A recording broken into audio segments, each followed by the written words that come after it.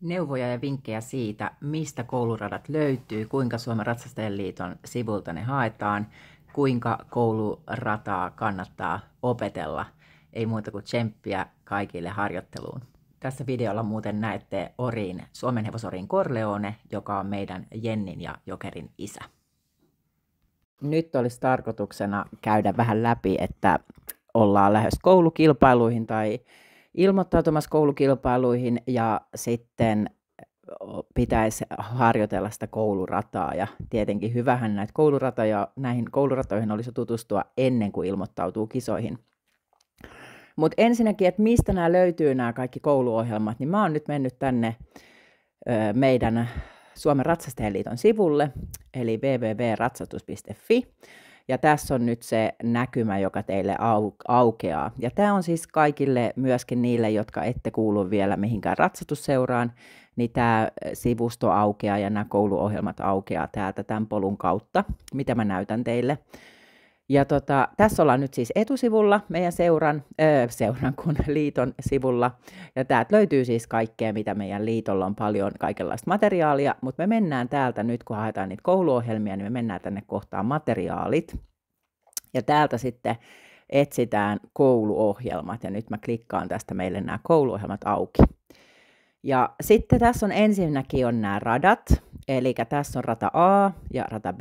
Ja täällä meillä Loviisassa nyt on käytössä tällä kertaa tämä rata A. Ja tästä te näette nyt sitten tämän kouluradan, tämän pitkän kouluradan. Ja täältä A:sta tullaan sisälle ja sitten ruvetaan seuraa sen kouluohjelmassa niin näitä kirjaimia. Eli mä sanoisin, että tämä kouluohjelma täältä niin kannattaa tulostaa tämä rata A ulos ja vaikka moneen kertaa tai piirtää paperille ja ottaa tämän näköisenä niin kuin ulos niin, että te pystytte sitten, teillä on vieressä tämä rata ja sitten ihan fyysisesti niin kuin voitte katsoa vierestä ja sitten opetella toiselta paperilta. Eli 2 paperia, toinen missä on teidän rata ja toinen sitten missä on sitten se teidän kouluohjelma. Eli tämä on tämä rata A, mitä nyt Loviisassa käytetään, mutta sitten on tämä rata B, joka on vähän lyhyempi, 20 × 40 metriä, joka nyt vastaa esimerkiksi tässä Loviisassa meidän maneesin seinässä olevia kirjaimia, niin se on tämä vähän lyhyempi rata. Ja täältä te otatte, joko piirrätte paperille, kopioitte tämän, kumman radan vaan, mutta nyt jos olette tulossa tänne meille Loviisaan viikonloppuna, niin sitten kopioitte tämän rata A:n. Ja sitten etsitään oikeat ohjelmat. Eli täällä on kaikki meidän suomalaiset kouluratsastusohjelmat. Ja ne lähtee täältä niin, että tämä on niinku helpoimmasta tämä ensimmäinen. Eli meillä on aikuisohjelma, helppo D ja sitten alkaa nämä helppo C-ohjelmat. Ja eli siellä on se helppo D on vielä ennen sitä helppoa C:tä. Ja käydäänpäs katsomassa. Tätä ohjelmaa meillä ei nyt ole. Mutta tässä ohjelmassa, tässä helppo D:ssä, niin tässä ei ole ollenkaan laukkaa. Eli tässä on pelkästään käyntiä ja ravia. Eli hyvin helpot ohjelmat tässä. Mä suljen ton pois. Mutta helppo C:ssä on kaikki 3 askellajia. Ja nyt me sitten valitaan se ohjelma, mikä siellä kilpailukutsussa on. Ja tässä on siis helpot ohjelmat. Meillä on tämä helppo C3. Eli nyt jos mä haluaisin tänne Loviisaan harjoitella, niin mä tästä klikkaisin tämän auki, tämän helppo C3. Ja sitten rupean vaan harjoittelemaan sitä rataa sieltä. Mutta käydään sitä kohta läpi uudelleen. Mä jätän tämän helppo C3 tuohon. Ja sitten täältä löytyy myös tämä helppo B4, eli rata A, helppo B4, se löytyy tuosta. Mutta yleisesti, että tässä on siis ensin ne helpoimmat ohjelmat, lähtee helppo D, helppo C, jos on jo kaikki 3 askellajia. Ja sitten on helppo B, ja sitten seuraavaksi tulee tämä helppo A. Ja nythän tämä luokitus on niin, että jos hevonen ei vielä oikein liiku millään tuntumalla, eikä vielä kauhean pitkälle osaa kouluratsastusta.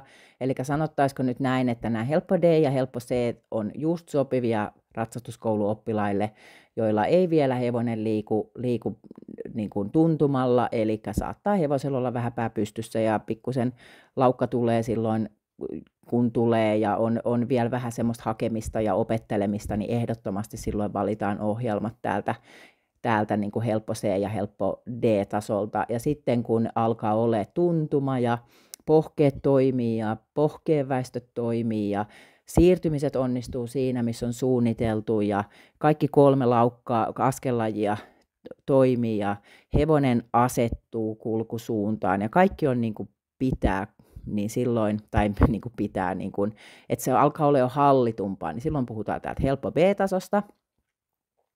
Ja sitten kun mennään taas helppo A-tasoon, niin siellä hevosen kuuluu liikkua jo peränannossa, eli sen kuuluu olla lyhyempi. Ja sen niskan kuuluu olla korkeammalla kohdalla. Kyllä tässä helppo B-säkin jo vaaditaan sitä, että hevonen on kaartanut sen kaulansa ja se niska nousee vähän ylös. Mutta helppo A:ssa, niin sen hevosen täytyy jo selkeästi olla lyhyempi. Eli sen täytyy olla pyöreällä kropalla täällä helppo A:ssa. Ja ei mennä tuonne vaativaan. Sitten mennään vaikeampiin asioihin. Täällä on vaativaa B:tä ja vaativaa A:ta. Mutta sitten löytyy taas helppo C. Eli meillä on sitten näitä helpon tason kouluohjelmia löytyy myös täältä lopusta. Eli täällä on sitten niin kuin kenttäkilpailuohjelmia. Eli täällä on helppo C-tutustumisluokan kouluohjelmat, aivan käyttökelpoisia kivoja ohjelmia. Ja sitten on helppo B ja helppo A. Eli nämä on niille, jotka menee kenttää, nämä niin kuin suunniteltu. Eli kenttäkilpailussa, missä meillä on sekä maasto-, este- ja koulukokeet. Ja sitten täällä on laatuarvosteluohjelma, ja tämä laatuarvosteluohjelma on siis nuorten hevosten tämmöinen kilpailuohjelma. Sitten on FEIN-kouluratsastusohjelmat, eli kansainvälisiä kouluratsastusohjelmia, jotka on niin kuin joka puolella, joka maassa niin kuin sama.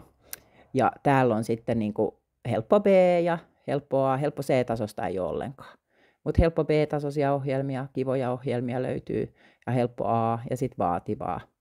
Ja sitten täällä on nämä Prix St. Georgeit ja intermediaarit, ja ollaan jo tosi pitkällä Grand Prixtä, ja ollaan ihan niin kuin Suomen ja kansainvälisesti, Suomen parhaimpien tasolla mennään ja kansainvälisesti. Ja sitten taas lopussa täällä on FEIN-ohjelmat nuorille hevosille, nämä on taas helppoja. Ja sitten on täällä KYR-ohjelmaa, eli mennään siis tosi näitä osaavien ohjelmia. Sitten täältä löytyy pararatsastuksen ohjelmia. Ratsastusmerkkikokeet on täällä alhaalla. Ja sitten on hevoshullukisaa ja ryhmäratsastusluokkaa. Eli täältä ne löytyy. Mutta nyt meillä Loviisassa käytettävät löytyy heti tästä alusta. Eli täällä on tämä helppo C3, klik. Tai sitten meillä on tämä helppo B4 ja klik. Ja siitä ne aukeaa. Ja nyt mulla on avattuna tämä helppo C3. Eli se oli tänne. Mä olin jo napauttanut sen auki. Ja nyt kun me lähdetään sitten harjoittelemaan sitä kouluohjelmaa, niin mulla on tosiaankin se rata.